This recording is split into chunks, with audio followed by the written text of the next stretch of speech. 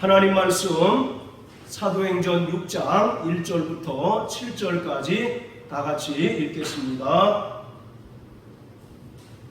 자, 같이 읽습니다. 시작. 그때에 제자가 더 많아졌는데 헬라파 유대인들이 자기의 과부들이 그 매일 구제에 빠짐으로 히브리파 사람을 원망한데 12사도가 모든 제자를 불러 이르되 우리가 하나님의 말씀을 제쳐두고 공궤를 일삼는 것이 마땅치 아니하니 형제들아 너희 가운데서 성령과 지혜가 충만하여 칭찬 듣는 사람 7을 택하라. 우리가 이 일을 저희에게 맡기고 우리는 기도하는 것과 말씀 전한 것을 전무하리라 하니 온 무리가 이 말을 기뻐하여 믿음과 성령이 충만한 사람 스데반과 또 빌립과 프로고로와 니가노르와 디몬과 바메나와 유대교에 입교한 안디옥 사람 니골라를 택하여 사도들 앞에 세우니 사도들이 기도하고 그들에게 안수하니라. 하나님의 말씀이 점점 왕성하여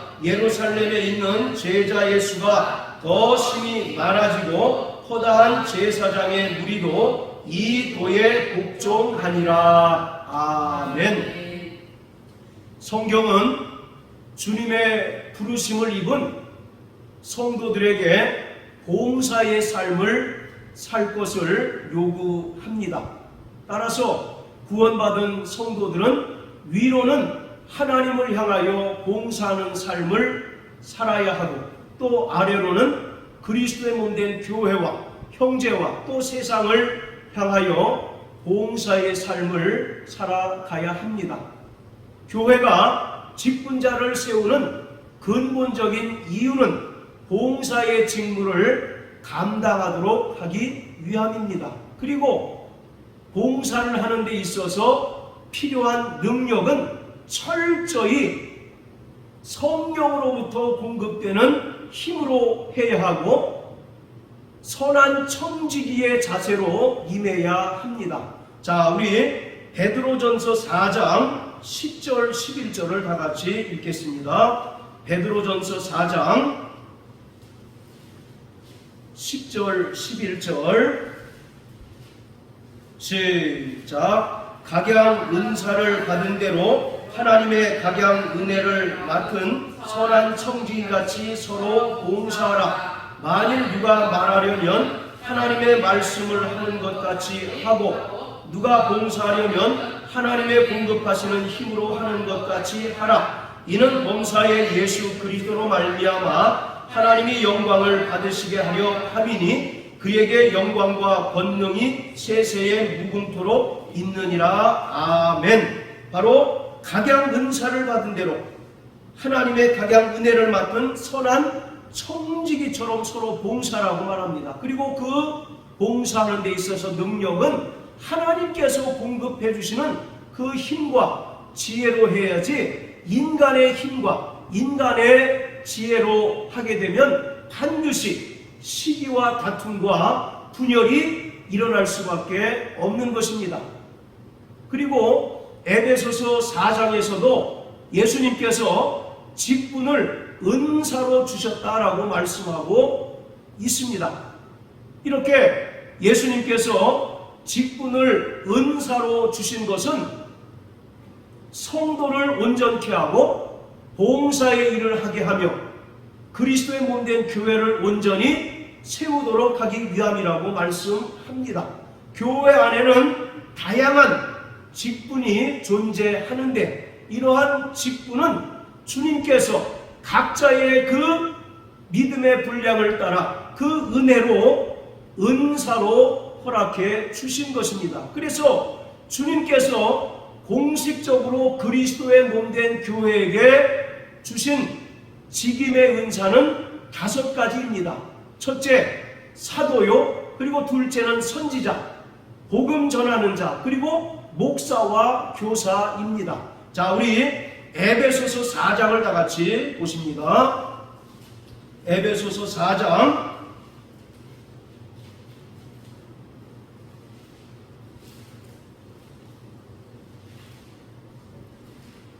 자, 11절, 12절 같이 읽겠습니다. 시작. 그가 혹은 사도로, 혹은 선지자로, 혹은 복음 전하는 자로, 혹은 목사와 교사로 주셨으니 이는 성도를 온전케 하며 봉사의 일을 하게 하며 그리스도의 몸을 세우려 하심이라. 자, 11절에 보면 예수님께서 그리스도의 몸된 교회에게 은사로 주신 그 직분들을 열거하고 있습니다.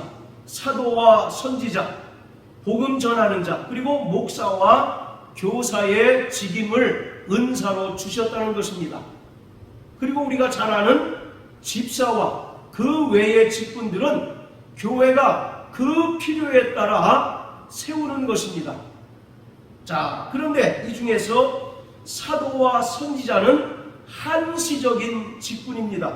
그리고 목사와 교사는 일명 항존직이라고 이렇게 이야기하는데, 이것은 이 땅에 교회가 존재하는 한 항상 교회와 함께 존재하는 직분이라는 그러한 의미인 거죠. 바로 사도와 선지자는 성경이 완성되기 이전에 하나님의 계시의 말씀을 교회에게 전하고 또 가르쳐주는 역할을 하는 자들을 말합니다. 따라서 성경이 완성됨에 따라서 사도와 선지자의 직분은 존재하지 않습니다. 그렇다고 해서 이 권능 자체가 완전히 사라진 것이 아니라 모든 구원받은 성도, 그리고 성령을 받은 성도들이 성령으로 말미암아 사도적인 권능을 행하는 것이고, 또 선지자로서의 그 사명을 감당함으로써 진리의 영이신 성령께서 깨닫게 하시고 알게 하시는 장래의 일을 담대히 선언하는 것입니다.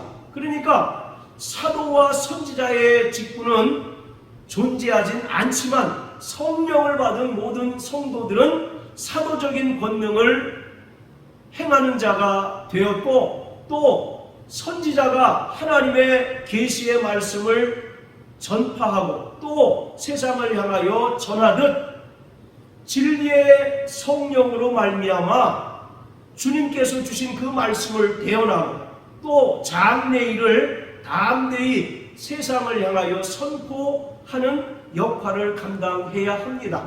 고린도전서 12장에 보면 예언의 은사라는 것이 있습니다. 우리는 보통 예언 그러면 앞날을 예견하거나 또는 어떤 일을 알아맞추는 그것으로 자꾸 이해하는데, 성경에서 말하는 예언의 은사라고 하는 것은 하나님의 말씀을 담대히 선포하고 또 회당이나 또는 좁은 장소에서 소수의 정예들을 가르치는 그러한 역할을 하는 것이 바로 예언의 은사인 것입니다. 보통 예언 그러면 자꾸 점쟁이처럼 알아맞추는 용한 그런 것을 자꾸 이제 연상하는데, 성경에 있는 모든 예언은 다 예수 그리스도로 말미암아 성취되었습니다. 그리고 이제 한 가지 남은 예언이 주님께서 영광 중에 두 번째 나타나시는, 즉 주님의 재림에 대한 예언입니다. 그래서 구원받은 성도들은 성령으로 충만해서 예수님의 재림을 증거하고 또 예수님의 재림이 확실히 이루어질 것을 선포하는 그러한 역할을 하는 자들이 되어야 하는 것입니다. 이처럼 교회가 성경적인 봉사를 실천할 때 교회는 든든히 세워져 가고 성장하게 됩니다. 그런데 우리가 여기서 분명히 알 것은 봉사의 근원은 철저히 주님을 닮는 것이어야 하는 것입니다. 마태복음 20장 28절에 보면 예수님께서 말씀하시기를 인자는 섬김을 받으러 온 것이 아니라 도리어 섬기려 왔다라고 말합니다. 그리고 많은 죄인들을 위하여 자기 목숨을 대속물로 줌으로써 우리를 섬기셨다라고 말씀하고 있어요. 그리고 요한복음 13장에 보면 우리가 잘 아는 예수님께서 제자들의 발을 씻기는 그러한 사건을 우리가 알 수 있습니다. 바로 발을 씻긴다는 것은 종들 중에서도 가장 낮은 종들이 하는 일이에요. 그렇기 때문에 예수님께서 허리에 수건을 두르시고 제자들의 발을 씻기셨다는 것은 이 땅에 예수님께서 지극히 작은 자로, 지극히 낮은 자로 오셨다는 것을 말하고 있습니다. 빌립보서 2장 6절부터 8절까지의 말씀처럼 예수님은 근본 하나님의 본체로서 하나님 아버지와 동등되신 분이시지만 동등됨을 취할 것으로 여기지 않으시고 오히려 자기를 비우시고 사람과 같이 낮은 자로 오셔서 친히 십자가에 달려 죽으심으로써 하나님 아버지의 뜻을 이루셨고 또 죄인들을 위하여 자기 목숨을 내어 주심으로써 섬김의 본을 보여주셨습니다. 그래서 마태복음 25장에 보면 예수님께서 오른편에 있는 양들을 향하여 뭐라고 말씀하십니까? 바로 너희는 내가 줄이고 목마르고 감옥에 갇혔을 때 그리고 병들었을 때 나를 돌아보았다라고 말합니다. 그랬더니 사람들이 우리가 언제 주님을 그렇게 병들었을 때 돌아보았고 옥에 갇혔을 때 돌아보았습니까? 그렇게 얘기했을 때 주님께서 말씀하시기를 지극히 작은 자에게 한 것이 곧 예수님에게 한 것이다 라고 말씀합니다. 여기서 지극히 작은 자는 누구를 가리킬까요? 바로 예수님을 가리키고 있습니다. 예수님은 이 땅에 가장 낮은 자로 오셨어요. 지극히 작은 자로 오셨습니다. 그래서 자기 목숨을 내어주면서까지 죄인들을 섬기신 섬김의 본을 보이신 거예요. 그렇기 때문에 구원받은 성도들은 지금 예수님은 부활 승천하셔서 계시지 않지만 성령으로 말미암아 이 땅에 세워진 그리스도의 몸을 마치 주님을 돌보듯 주님에게 물 한 잔 대접하듯 교회를 섬기고 또 교회를 향하여 봉사하는 자가 되어야 합니다.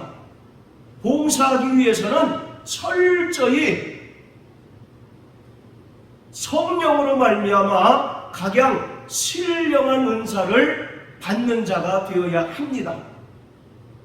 로마서 12장에 보면 바로 교회에 봉사하는 직분자들에게 주님께서 주시는 그 은사들에 대하여 설명하고 있습니다. 자, 우리 로마서 12장을 다 같이 보십니다. 로마서 12장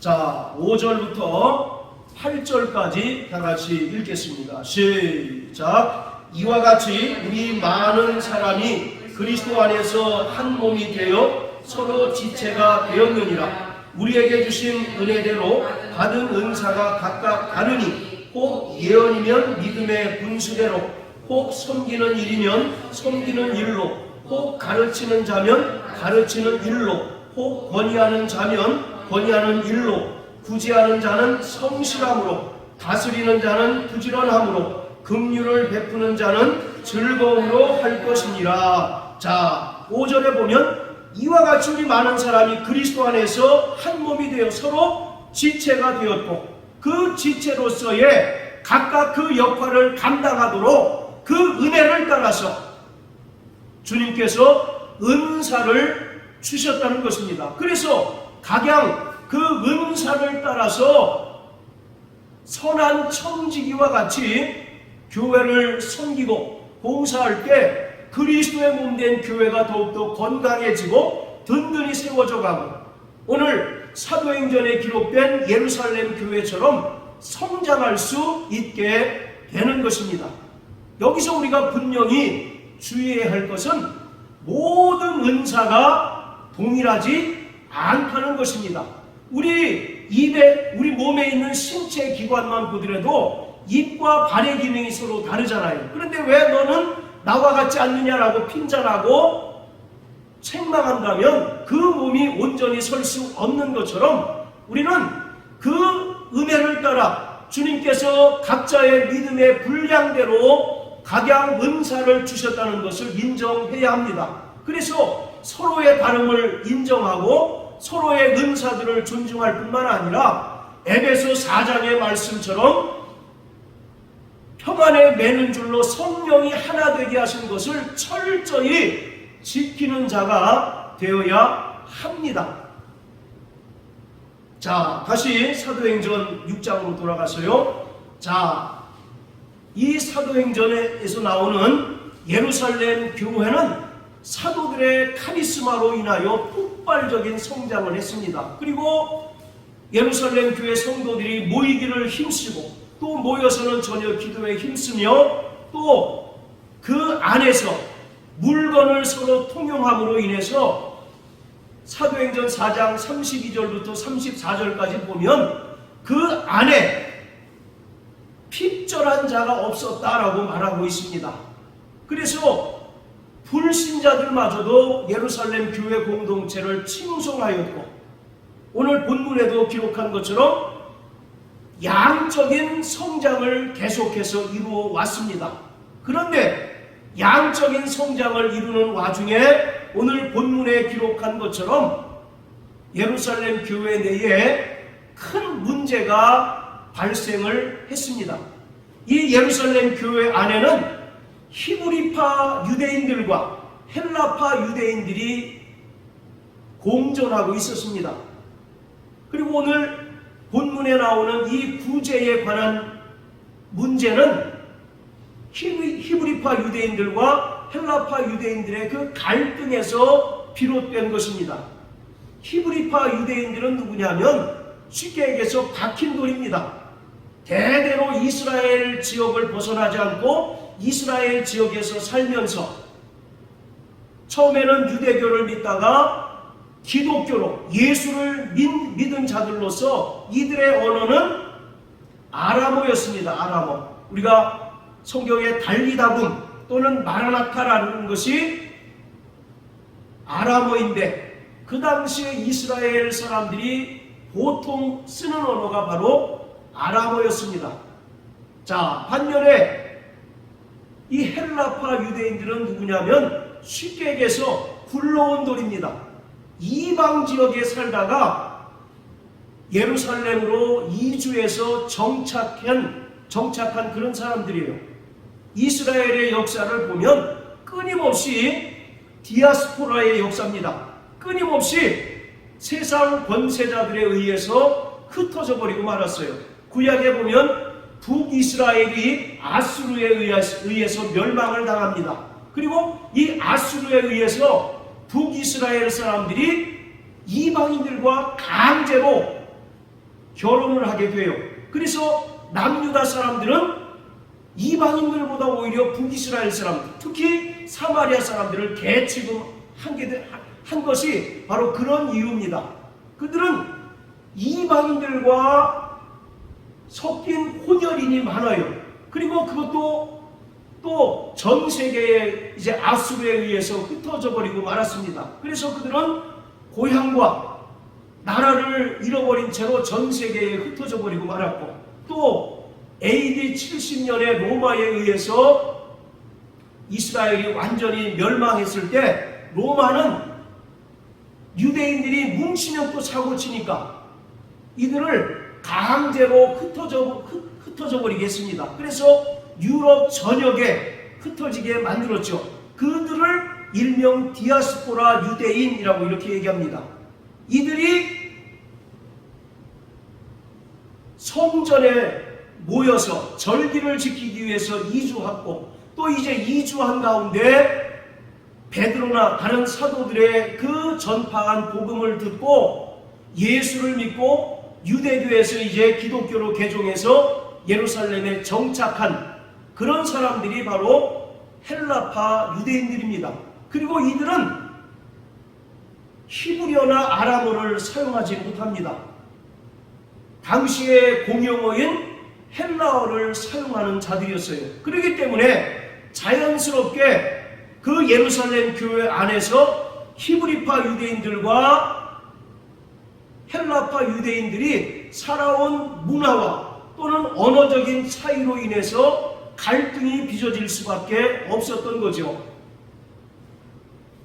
그런 갈등이 표면적으로 드러난 사건이 뭡니까? 자, 우리 1절을 다 같이 한번 읽어보실까요? 6장 1절 시작. 그때에 제자가 더 많아졌는데 헬라파 유대인들이 자기의 과부들이 그 매일 구제에 빠짐으로 히브리파 사람을 원망한대. 자, 쉽게 얘기해서 히브리파 유대인들하고 헬라파 유대인들은 물과 기름이라고 생각하시면 될 것 같습니다.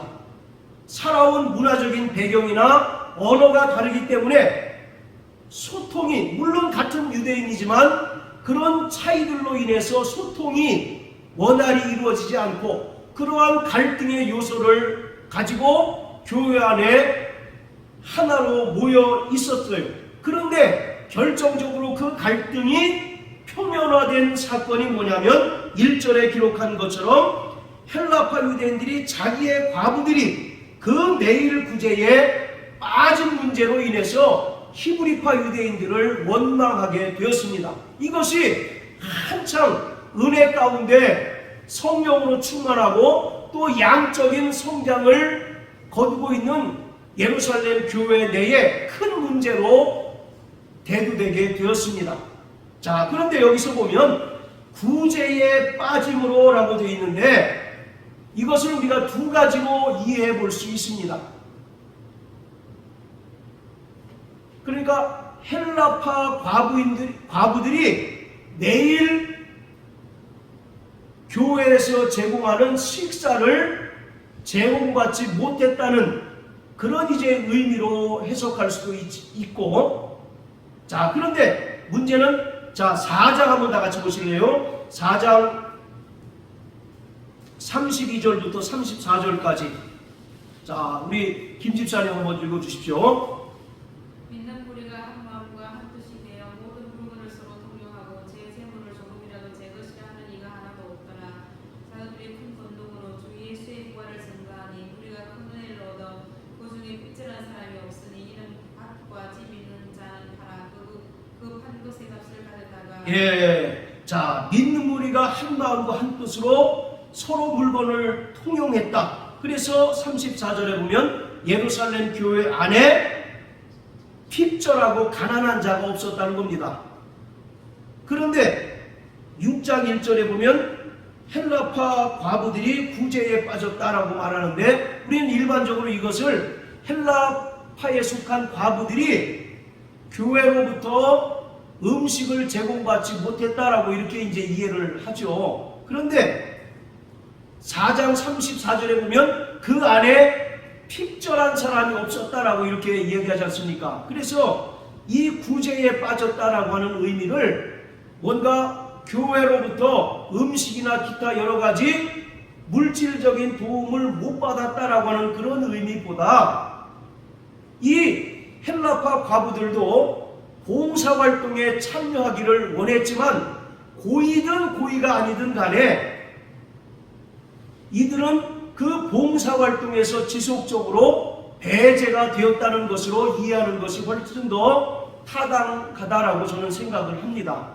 자, 어쨌든 이 헬라파 과부들이 그 구제에서 빠지게 된 것으로 인해서 헬라파 사람들이 히브리파 유대인들을 원망하고 이것이 예루살렘 교회의 큰 문제로 대두되게 되었습니다. 자, 2절에 보면 공궤를 일삼는 것이 마땅치 않다라고 말합니다. 여기서 공궤라는 말은 쉽게 해서 테이블을 말합니다. 식탁, 그리고 또는 환전하는 사람들의 그 환전 테이블을 바로 공궤라고 말해요. 그래서 공궤를 일삼는다라고 하는 말은 가난한 자를 도와주거나 또는 음식이나 또는 생활에 필요한 용품들을 나누어주는 구제 사업을 바로 공궤를 일삼는 것이라고 이렇게 이야기합니다.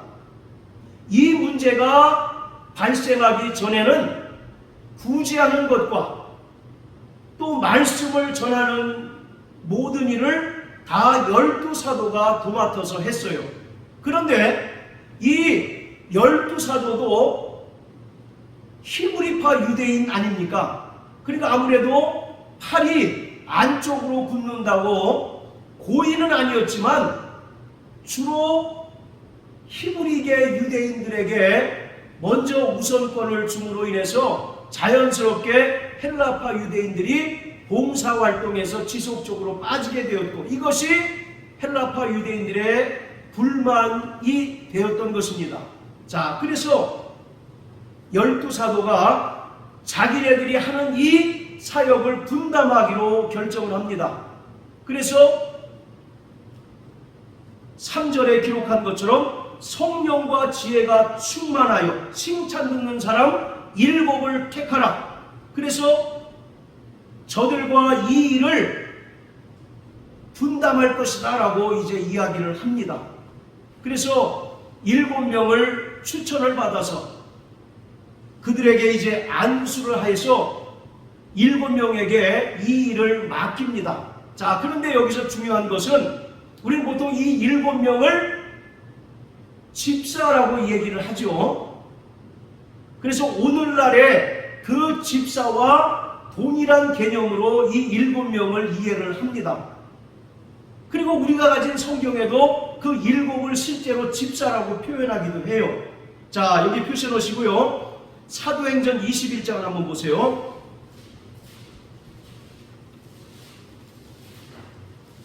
자, 사도행전 21장 8절.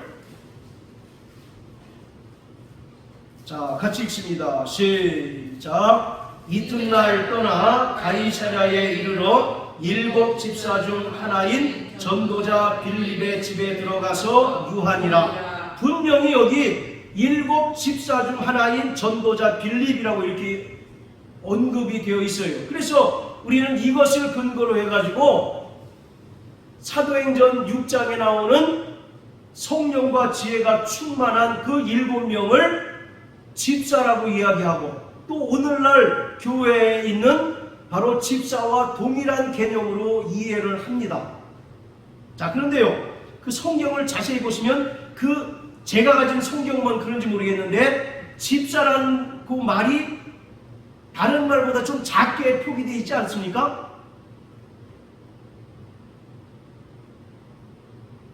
그러니까 그 글씨체가 7이라는 단어보다 집사라는 단어가 좀 작게, 제 성경만 그런가요?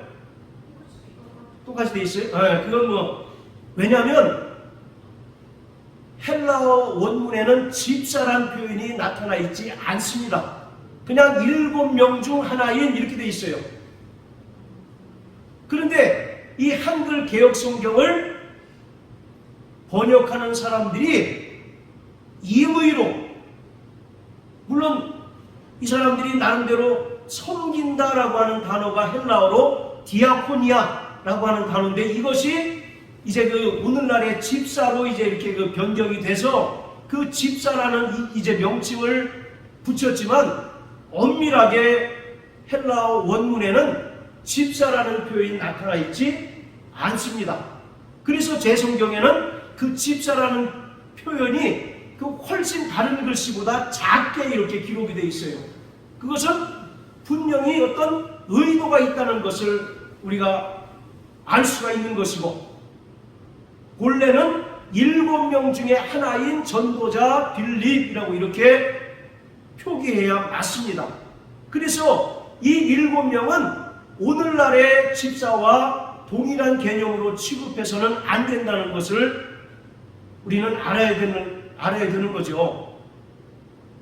물론 이들이 구제하고 또 공개하는 일들도 했지만, 이들은 더 큰 사역도 했다는 것을 사도행전은 분명히 기록하고 있습니다. 그러니까 바로 이 7명과 12명의 사도는 거의 대등한 그런 관계였었고, 사역적인 면에서도 그렇고, 그들이 실제 교회 내에서 차지한 위치도 바로 그렇다는 것입니다. 자, 다시 사도행전 6장으로 돌아가 보세요. 4절에 보면 우리는 기도하는 것과 말씀 전하는 것을 전무하리라 이렇게 돼 있죠. 여기서 보면 말씀이라는 말에 관주번호 3번이 매겨져 있습니다. 자, 그 밑에 뭐라고 해석되어 있습니까? 말씀의 봉사를 이렇게 돼 있어요. 그러니까 6장 1절에 보면 구제라고 하는 단어와 4절에 말씀을 전하는 것이라고 하는 그 단어가 같은 헬라어 디아코니아라는 단어를 씁니다. 그러니까 교회에서 봉사하는 일에는 바로 말씀을 전하는 것, 그것 역시도 교회를 든든히 세우는 봉사의 하나다라는 것입니다. 그러니까 교회 내에는 절대로 높낮이가 있을 수 없다는 거죠. 모든 구원받은 사람들이 다 하나님께서 부르신 성도입니다. 그리고 그 성도들 중에 하나님께서 그 믿음의 분량대로 그 은사를 따라 그 봉사의 일을 맡겼던 거죠. 그래서 어떤 이는 식사를 섬기고 또 가난한 자를 구제하는 일을 하는 자들도 있고, 또 반면에 사도들은 말씀을 전하는, 즉 하나님 말씀으로 봉사하는 그 직임을 했던 자들이라는 것을 말하고 있습니다. 그런데 신기한 것은 이 일곱에게는 이들이 구체적으로 어떤 일을 했다는 것은 이 본문에 나타나 있지 않아요. 우리가 미루어 짐작하는 것이 그냥 이들은 오늘날의 집사와 같이 가난한 자를 구제하고 또 식탁 일을 봉사, 섬기는 그런 일을 했을 것이다 라고 생각하는데, 실제로 바로 이 7명의 사역은 그것보다 더 훨씬 더 컸다는 것을 사도행전이 증언하고 있습니다. 그러니까 바로 이 7명은 12사도와 거의 대등한, 버금가는 그런 사역을 했던 존재라는 것을 우리가 알 수가 있습니다. 그러니까 이 사람들을 집사라고, 오늘날과 동일한 그 집사라고 이야기하는 것은 명백한 오류라는 것을 일단 말씀을 드리고요. 자, 그리고 사도행전 8장을 한번 보세요.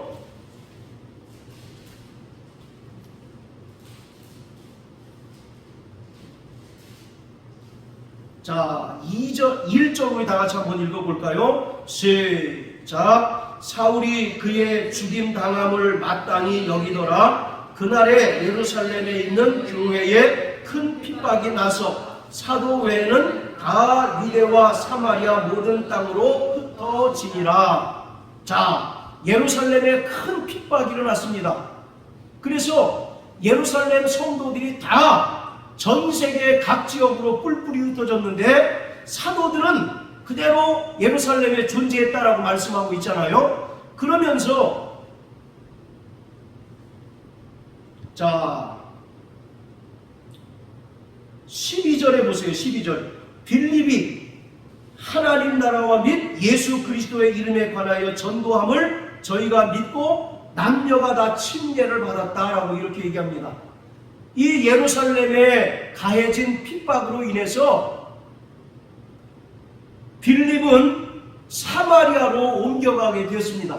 그리고 그곳에서 담대히 하나님의 말씀을 증거했더니 그 말씀을 듣고 많은 남자와 여자가 침례를 받았다라고 기록하고 있어요. 이것이 하나님께서 7명을 세우신 본질적인 목적입니다. 사도들은 거의 예루살렘을 떠나지 않고 끝까지 예루살렘 교회를 지키는 역할을 했어요. 이것은 예수님께서 마태복음 10장을 통해서도 말씀하신 것과 동일합니다. 예수님께서 12명의 제자들을 2명씩 짝지워서 전도 보내실 때 뭐라고 얘기합니까? 이스라엘의 잃어버린 지교회는 가지 말라고 말씀하고 있잖아요. 그리고 예수님도 마태복음 15장에 보면 수로보니게 여인이 흉악히 귀신 들린 딸 때문에 예수님께 찾아옵니다. 그때 예수님께서 뭐라고 얘기합니까? 나는 이스라엘 집에 잃어버린 양 외에는 보내심을 받지 않았다라고 이렇게 얘기합니다. 그러니까 이 12명과 7명은 거의 대등한 사역을 하면서 각각 이들을 향하신 하나님의 뜻이 분명히 다르다는 것을 우리가 알 수가 있습니다.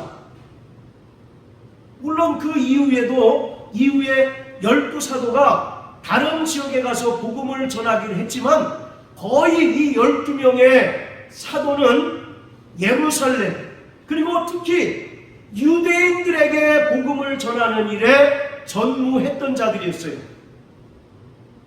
반면에 이 7명은 공통적으로 전부 다 헬라파 유대인들이었습니다. 그러니까 언어가 됐겠어요 안 됐겠어요?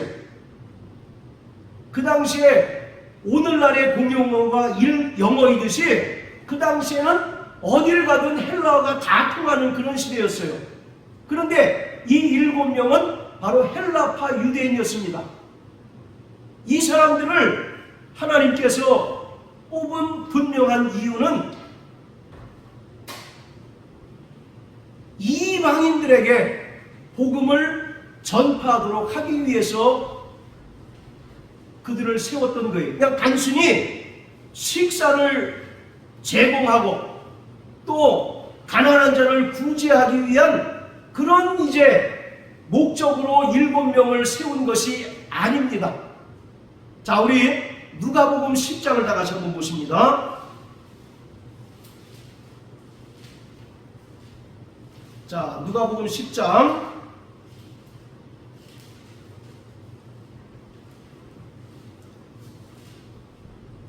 자, 1절부터 6절까지 다 같이 한번 읽어봅니다. 시작. 이후에 주께서 달리 70인을 세우사 친히 가시려는 각동 각처에 둘씩 앞서 보내시며 이르시되 추수할 것은 많되 일꾼이 적으니 그러므로 추수하는 주인에게 청하여 추수할 일꾼들을 보내어 주소서 하라. 갈지어다 내가 너희를 보내니 어린 양을 이리 가운데로 보냄과 같도다. 전대나 주머니나 신을 가지지 말며 아무에게도 문안하지 말며 어느 집에 들어가든지 먼저 말하되 이 집이 평안할지어다 하라. 만일 평안을 받을 사람이 거기 있으면 너희 빈 평안이 그에게 머물 것이요 그렇지 않으면 너희에게로 돌아오리라. 분명히 이후에 주께서 달리 70인을 세우셨다라고 말합니다. 그러면서 이 70명을 2명씩 짝지워서 전도 여행을 보내셔요. 그런데 그 모습이 예수님의 12명의 제자를 보내는 모습과 어떻습니까? 똑같잖아요.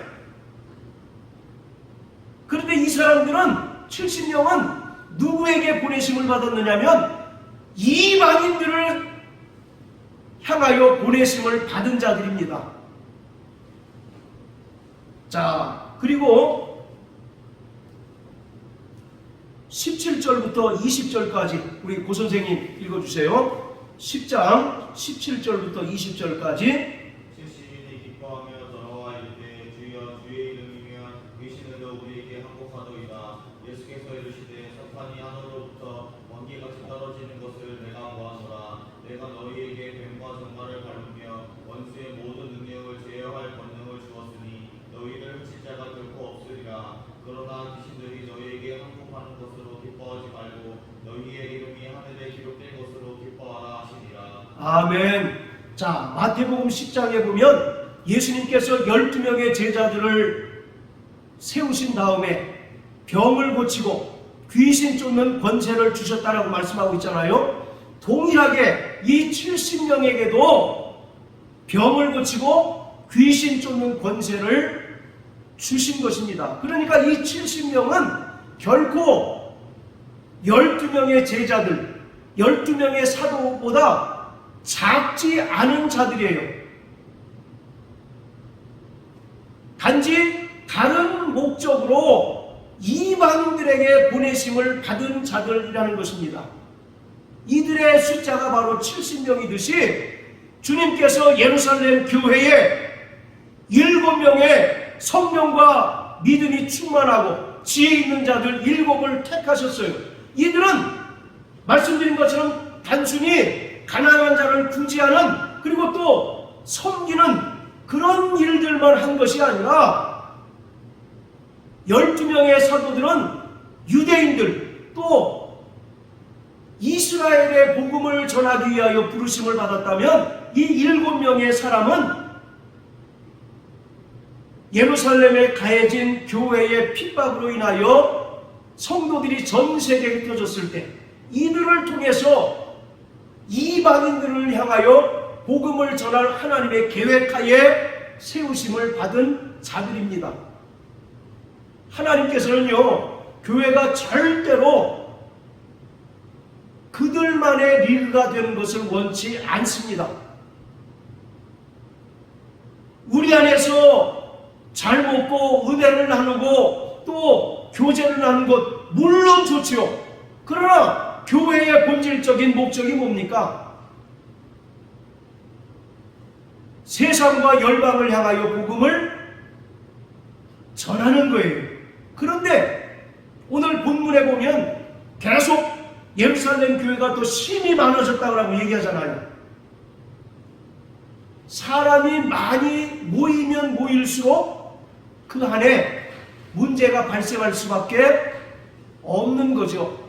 그것이 표면적으로 헬라파 유대인과 히브리파 유대인들 간의 갈등, 그리고 구제에 관한 문제로 인하여 첨예하게 나타나게 된 것입니다. 그래서 하나님께서는 절대 그리스도의 몸된 교회가 그들만의 리그가 되는 것을 원치 않으셔요. 그래서 사도행전 7장에 보면 7명 중에 하나인 스데반이 어떻게 됩니까? 돌에 맞아 죽잖아요. 그리고 스데반의 순교를 시작으로 8장에 보면 예루살렘 교회에 큰 핍박이 가해짐에 따라서 사도들 외에 예루살렘 교회 성도들이 전 세계 각지로 흩어지는 겁니다. 사도행전의 주제는 사도행전 1장 8절에 있습니다. 사도행전 1장 8절이 뭐예요? 성령이 너희에게 임하시면 너희가 권능을 받고 예루살렘과 유대와 사마리아와 땅끝까지 내 증인이 될 것이다. 할렐루야. 이것을 위해서 주님께서 교회를 세우신 거예요. 그런데 예루살렘 교회는 한창 은혜가 충만하고 성령이 충만했지만 사람들이 많이 모임에 따라서 인간적인 모습들로 인해서 여러 가지 문제들이 발생하게 됐습니다. 사도행전 5장에 보면 아나니아와 삽비라 문제도 있죠. 그리고 또 6장에 보면 헬라파와 히브리파 유대인들 간의 갈등과 그로 인해서 서로 원망하는 그런 일들이 발생하게 됩니다. 하나님은 교회 내에서 이런 일들이 발생하는 것을 결코 원치 않으셔요. 우리가 모이는 것은 철저히 예배하고 교제하기 위하여 모이는 것입니다. 그리고 그것은 반드시 흩어지는 것을 전제로 하는 것이에요. 할렐루야. 흩어짐이 없는 모임은 하나님께서 기뻐하지 않으십니다. 우리가 예배당에 모여서 예배하고 떡을 떼고 교제하는 것은 흩어지는 것을 전제하는 것이라니까요. 흩어지는 게 뭐예요? 우리가 각처에 흩어지는 것은 내가 작은 예수가 되어서 예수님께서 이 땅에 계시는 동안 나타내셨던 그런 놀라운 능력들을 나타내고 또 천국 복음을 증거함으로 인하여 복음에 대하여 눈 멀고 귀 먼 자들에게 정말 복음을 전함으로 그들도 죄인의 모습에서 탈피해서 하나님의 자녀가 되도록 하는 것이 교회를 세우신 본질적인 목적이고, 오늘 저와 여러분들 구원받은 성도들이 존재하는 본질적인 목적입니다. 사도행전에 나타난 예루살렘 교회는 어느덧 양적인 성장에 취해서 이것을 잠시 상실했을지도 몰라요. 망각했을지도 몰라요. 그것을 하나님께서 핍박이라는 방법을 통해서 깨닫게 하시고, 또 이 핍박을 통해서 어마어마하게 전 세계 각지의 복음이 전파되는 놀라운 역사가 나타나게 됩니다. 그래서 사도행전 8장에 보면 7명 중에 한 명이었던 빌립이 에티오피아 내시에게 하나님의 말씀을 전해주고 또 그를 칭례를 주는 그런 모습이 나타나지 않습니까? 사랑하는 성도 여러분, 우리는 정말 주님께서 봉사자로 부르셨다는 사실을 기억하게 되시길 주의 이름으로 축복합니다. 그래서 정말 위로는 하나님께 봉사하는 삶을 살고, 또 아래로는 교회와 형제와 또 이웃을 향하여 봉사해야 합니다. 그런데 그 중에 가장 최고의 봉사는 말씀 봉사라는 것입니다. 할렐루야. 말씀을 전하는 봉사예요.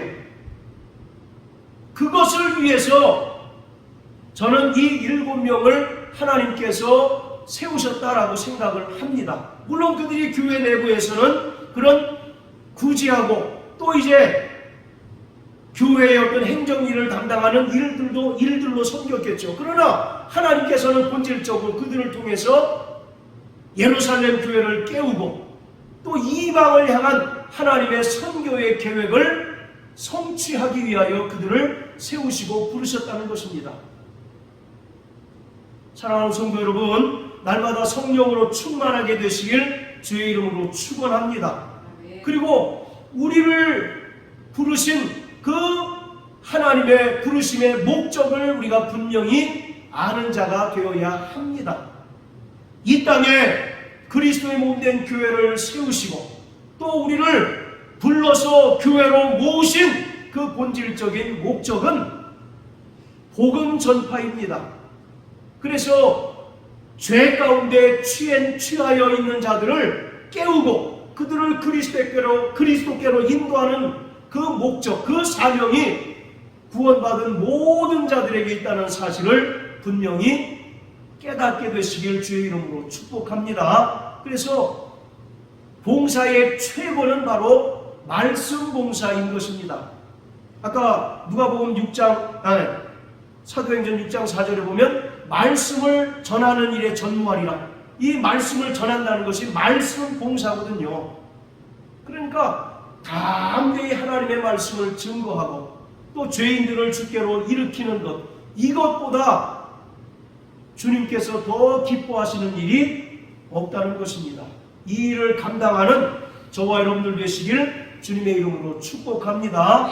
이 일을 사명으로 맡은 자라는 사실을 깨닫고 날마다 성령 충만하여 우리가 어디에 있든지 간에 예수 그리스도의 증인된 삶을 살아내는 저와 여러분들 되시길 주의 이름으로 축복합니다. 할렐루야. 따라서